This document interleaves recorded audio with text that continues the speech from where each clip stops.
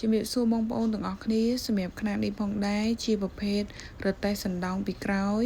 ប្រភេទលក់មីឆាបាយឆាម្ហូបកំងគ្រប់មុខភេសជ្ជៈគ្រប់មុខផងដែរខ្នាតនេះគឺយើងអង្គុយលក់នៅក្នុងនឹងតែម្ដងមានកន្លែងចក្រានឆា2មានទៅនៅខាងលើសងខាងដាក់អីវ៉ាន់បាន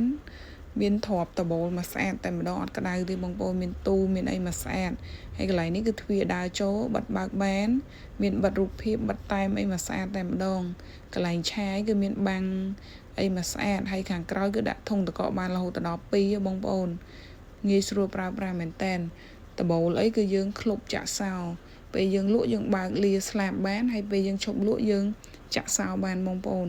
ងាយស្រួលមែនតើសម្រាប់ពុកម៉ែបងប្អូនដែលមានតម្រូវការចង់អង្គុយលក់នៅក្នុងនឹងអី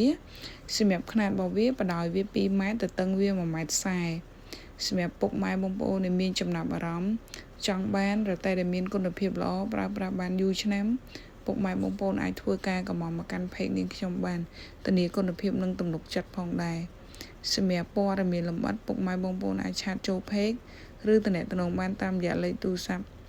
3ខ្សែដែលនាងខ្ញុំដាក់ខាងលើវីដេអូឬ Telegram 096296969សម្រាប់ទីតាំងនៅភ្នំពេញ location នាងខ្ញុំដាក់ខាងលើវីដេអូដូចគ្នាពុកម៉ែបងប្អូនមិនថានៅភ្នំពេញតាមបណ្ដាខេត្តស្រឡាញ់អាចធ្វើការកម្មងបានដូចគ្នា